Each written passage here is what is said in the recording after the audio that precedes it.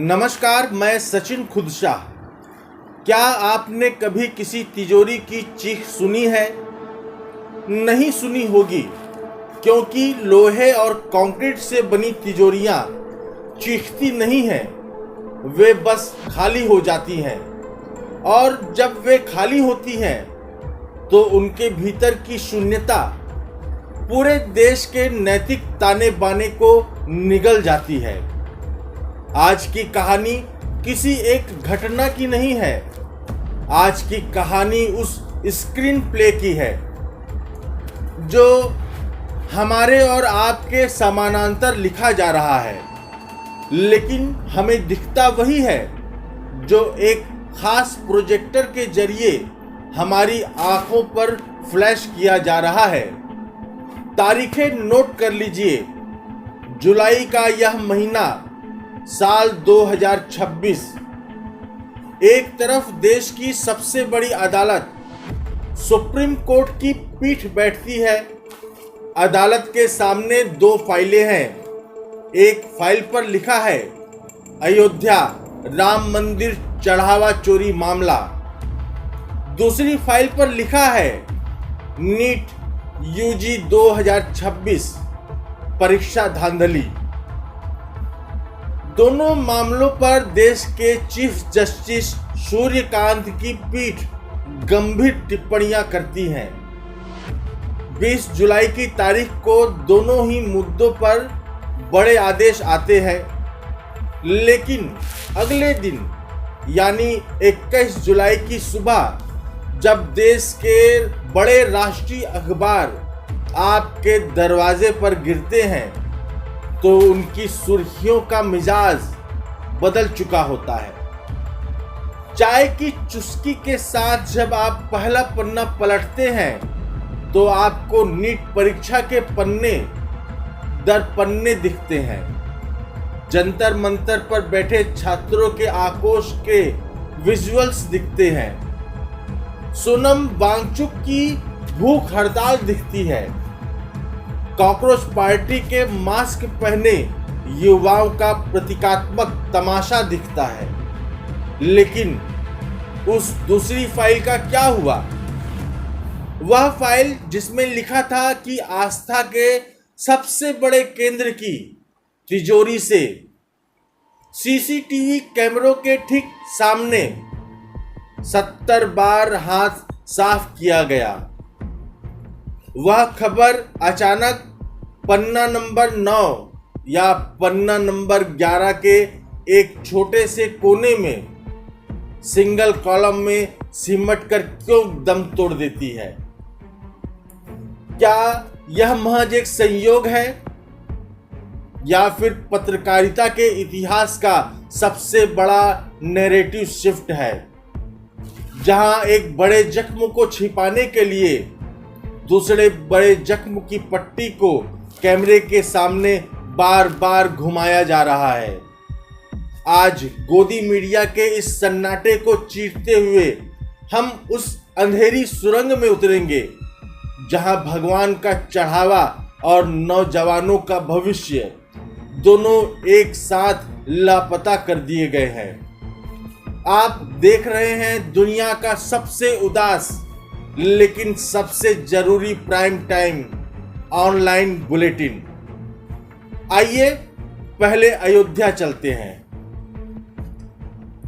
उस अयोध्या में जहां जनवरी 2024 में जब उत्सव मना था तो देश का हर कैमरा वहां दंडवत था। लाखों करोड़ों श्रद्धालुओं ने अपनी गाढ़ी कमाई का एक एक रुपया, सोने के सिक्के, आभूषण इस उम्मीद में दान किए थे कि वे अपनी आस्था को एक भव्य आकार दे रहे हैं। लेकिन जून 2026 के आखिरी हफ्ते में क्या हुआ? ट्रस्ट के भीतर से ही आवाज उठती है। कृष्ण मोहन जी प्राथमिकी दर्ज कराते हैं। पुलिस हरकत में आती है। स्पेशल इन्वेस्टिगेशन टीम SIT बनती है और जो सच बाहर आता है वह किसी भी संवेदनशील नागरिक की आत्मा को झकझोरने के लिए काफी है। मुख्य आरोपी रमाशंकर यादव उर्फ टिन्नू यादव, उसके साथ सुभाष श्रीवास्तव, मनीष यादव और उनके 6 अन्य साथी। यह कोई बाहर से आए डकैत नहीं थे, ये व्यवस्था के भीतर बैठे वो घुन थे जिन्हें चढ़ावे की गिनती और सुरक्षा की जिम्मेदारी दी गई थी। शुरुआती जांच रिपोर्ट कहती है कि इन लोगों ने 1 या 2 बार नहीं बल्कि पूरे 70 बार कैमरों के सामने चोरी की। उनके पास गर्भगृह और संवेदनशील काउंटरों की फर्जी चाबियां थीं। सोचिए, जिस जगह परिंदा भी पर मार नहीं सकता, वहां बिना किसी उच्च पदस्थ मिली भगत के कोई शख्स फर्जी चाबियां लेकर घूम रहा है और कोई अलार्म नहीं बजता। पुलिस ने इनके पास से 80 लाख रुपए नकद और आलीशान गाड़ियां बरामद की। जनता का दबाव बढ़ा तो श्री राम जन्मभूमि तीर्थ क्षेत्र ट्रस्ट के महासचिव चंपत राय और ट्रस्टी अनिल मिश्रा को अपने पदों से इस्तीफा देना पड़ा। यह एक बहुत बड़ी राजनीतिक और प्रशासनिक हार थी, लेकिन जैसे ही ये इस्तीफे हुए, गोदी मीडिया के स्टूडियोज में एक अजीब सी खामोशी छा गई। अचानक चढ़ावे की गिनती का काम भारतीय स्टेट बैंक SBI को सौंप दिया गया। 36 आउटसोर्स कर्मचारियों को बाहर का रास्ता दिखा दिया गया। प्रशासन ने मानो एक चादर तान दी और कह दिया, पर्दा गिर चुका है, अब आगे कुछ देखने को नहीं है। लेकिन सवाल तो बाकी है ना, वह फर्जी चाबियां किसने बनवाई? वह 80 लाख तो सिर्फ बरामदगी है, कुल कितने करोड़ का हेरफेर हुआ, इसका अंतिम आंकड़ा कहां है? और सबसे बड़ा सवाल, 20 जुलाई को सुप्रीम कोर्ट ने उत्तर प्रदेश सरकार की पुरानी SIT को हटाकर एक सीनियर नई SIT बनाने का आदेश क्यों दिया? अगर जांच सही थी तो सुप्रीम कोर्ट को दखल क्यों देना पड़ा? पर इन सवालों के जवाब आपको सुबह के अखबारों में नहीं मिलेंगे, क्योंकि तब तक स्क्रीन पर एक दूसरा तूफान खड़ा किया जा चुका था। अब दृश्य बदलिए। देश की राष्ट्रीय राजधानी दिल्ली का जंतर मंतर और बिहार की राजधानी पटना की सड़कें। 3 मई 2026 को नीट की परीक्षा होती है। 24 लाख छात्र सालों की मेहनत के बाद कमरों में बंद होकर अपनी आंखों के नीचे काले घेरे लिए परीक्षा देने बैठते हैं।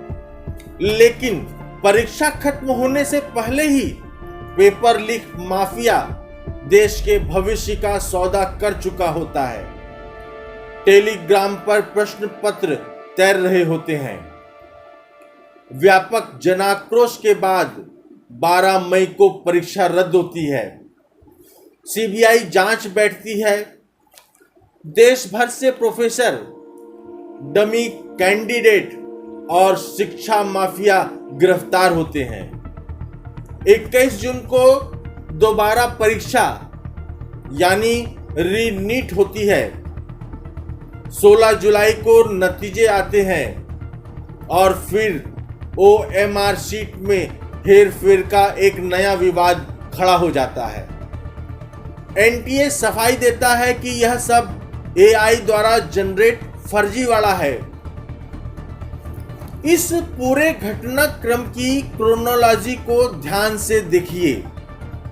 जब जब अयोध्या के चढ़ावा चोरी की जांच में कोई नया पन्ना खुलना होता है, ठीक उसी समय नीट परीक्षा से जुड़ी कोई बड़ी ब्रेकिंग न्यूज टीवी चैनलों की स्क्रीन पर फ्लैश हो जाती थी। मैं यह नहीं कह रहा कि नीट का मुद्दा छोटा था। 24 लाख छात्रों के भविष्य का सवाल इस देश की सबसे बड़ी प्राथमिकता होनी चाहिए, लेकिन मीडिया के अटेंशन इकोनॉमी के खेल को समझिए। नीट के मुद्दे में मीडिया को एक बना बनाया लाइव ड्रामा मिल रहा था। रोते हुए छात्र, पुलिस की लाठियां, सोनम वांगचुक का 26 दिनों का अनशन, यह सब कैमरे के लिए बेहतरीन विजुअल्स थे। और सबसे बड़ी बात, इस मुद्दे में सरकार को घेरने का जो दायरा था, उसे एजेंसी की नाकामी, एनटीए का फेलियर कहकर सीमित किया जा सकता था। लेकिन राम मंदिर के चढ़ावा की चोरी, वह सीधे तौर पर उस वैचारिक और राजनीतिक बुनियाद को चोट थी जिसके दम पर सत्ता की इमारत खड़ी है। अगर राम मंदिर के भीतर का भ्रष्टाचार रोज हेडलाइन बनता तो जनता पूछती कि जिस नाम पर हमने वोट दिया उसी नाम की तिजोरी सुरक्षित क्यों नहीं है। इसलिए बड़ी ही चालाकी से नीट के महाआंदोलन की लहर का इस्तेमाल राम मंदिर के मलबे को छिपाने के लिए किया गया। अखबारों के संपादकों ने तय कर लिया कि पहले पेज पर सिर्फ नीट की काउंसलिंग और सोनम वांगचुक की तस्वीरें होंगी और राम मंदिर की नई एसआईटी की खबर को अंदर के पन्नों के अंधेरों में धकेल दिया जाएगा। और इसी बीच जंतर मंतर पर एक नया और अजीबोगरीब प्रयोग देखने को मिला, कॉकरोच पार्टी आंदोलन। युवाओं ने, छात्रों ने और आंदोलनकारियों ने व्यवस्था की सड़न को दिखाने के लिए कॉकरोच के मास्क पहनने शुरू कर दिए।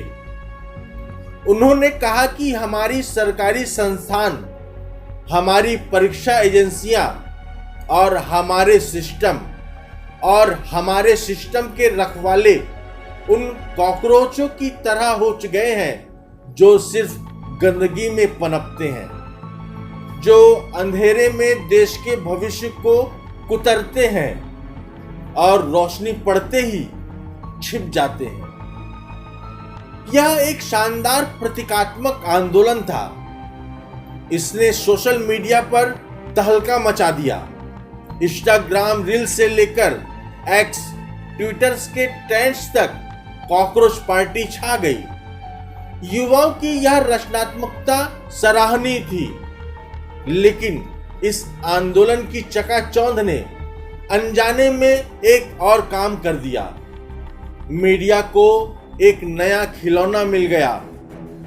एंकर स्टूडियो में बैठकर बहस करने लगे कि क्या छात्रों का सरकारी संस्थाओं को कॉकरोच कहना सही है।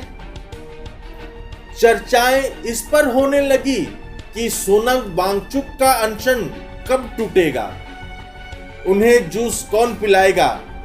लेकिन इसी चमक के पीछे अयोध्या की वह नई एसआईटी चुपचाप अपनी फाइलों में दफन हो रही थी। किसी एंकर ने उत्तर प्रदेश के मुख्यमंत्री या गृह मंत्री से नहीं पूछा कि महोदय, सुप्रीम कोर्ट ने जो नई एसआईटी बनाने को कहा था उसके मुखिया का नाम क्या है। उसने अब तक अयोध्या में कितनी बार छापेमारी की। जो 36 आउटसोर्स कर्मचारी हटाए गए, क्या उनकी संपत्तियों की जांच हुई। सचिन पायलट ने जयपुर के एक छात्र संवाद में एक बेहद तीखी और तार्किक मांग रखी थी। उन्होंने कहा था कि राम मंदिर चढ़ावा चोरी के आरोपियों से जो 80 लाख रुपए से अधिक की राशि जब्त की गई है, उसे उन गरीब और पीड़ित परिवारों को मुआवजे के तौर पर दे दिया जाना चाहिए जिनके बच्चों ने नीट पेपर लीक के तनाव में आत्महत्या कर ली।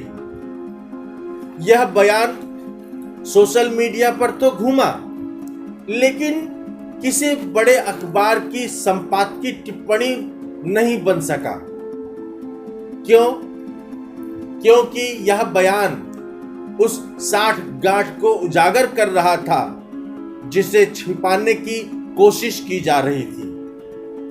यह आस्था के पैसे और युवाओं के जीवन को एक ही तराजू पर तौल रहा था।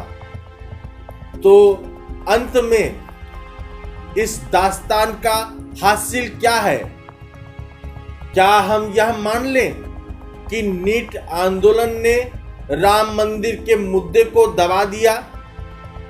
नहीं, सच यह है कि हमारे देश के नागरिकों की याददाश्त को एक सोची समझी रणनीति के तहत शॉर्ट टर्म अल्पकालिक बनाया जा रहा है। आपको हर हफ्ते एक नया नैरेटिव, एक नया विजुअल, एक नया दुश्मन और एक नया आंदोलन थमा दिया जाता है ताकि आप पिछले हफ्ते की लूट को भूल जाएं। राम मंदिर की तिजोरी से हुई चोरी कोई साधारण चोरी नहीं थी, वह उस भरोसे की चोरी थी जो इस देश के आम नागरिक ने व्यवस्था और आस्था के गठजोड़ पर किया था। और नीट परीक्षा का लीक होना उस उम्मीद की डकैती थी जो एक गरीब माँ बाप अपने बच्चों की आंखों में देखते हैं। जब अखबारों की सुर्खियों से राम मंदिर गायब होता है और उसकी जगह नीट या कॉकरोच पार्टी ले लेती है, तो यह किसी अखबार की मौत नहीं है, यह उस नागरिक चेतना की पराजय है जो दोनों ही मामलों में न्याय चाहती थी। सुप्रीम कोर्ट अपनी जगह काम कर रहा है, अदालतें आदेश दे रही हैं, लेकिन जनता की अदालत को सूचनाओं के अकाल से अपाहिज बना दिया गया है। नौजवानों, जब आप जंतर मंतर पर कॉकरोच का मास्क पहनकर न्याय मांग रहे हो, तो अपनी जेब में अयोध्या की उस तिजोरी की चाबी की खबर भी रखिएगा, क्योंकि जो घुन आपकी परीक्षा की कॉपियों को कुतर रहा है, वही घुन भगवान के चढ़ावे को भी चट कर रहा है। व्यवस्था का चरित्र दोनों जगह एक ही है। सोचिएगा जरूर कि जब अगली सुबह आपके घर अखबार आए तो आप सिर्फ सुर्खियां पढ़ रहे हैं या उन सुर्खियों के पीछे छिपे सन्नाटे को भी समझ रहे हैं। मैं सचिन कुमार फिलहाल आपसे विदा लेता हूं, लेकिन सवाल यहीं छोड़ जाता हूं। देखते रहिए, सोचते रहिए और सबसे जरूरी याद रखना सीखिए। नमस्कार, मैं सचिन खुदशाह। अगर ये रिपोर्ट आपको कहीं से छूती है तो प्लीज वीडियो को लाइक और शेयर कर अपना समर्थन दर्ज करें। ऑनलाइन बुलेटिन यूट्यूब चैनल को लाइक और सब्सक्राइब कर हमें सपोर्ट करें। हम जमीन से जुड़ी ऐसी ही और रिपोर्ट आपके लिए लाते रहेंगे। आपका एक लाइक हमें अपने काम के प्रति संबल देता है, क्योंकि यहाँ खबरें चीखती नहीं, विचार बनती हैं। धन्यवाद।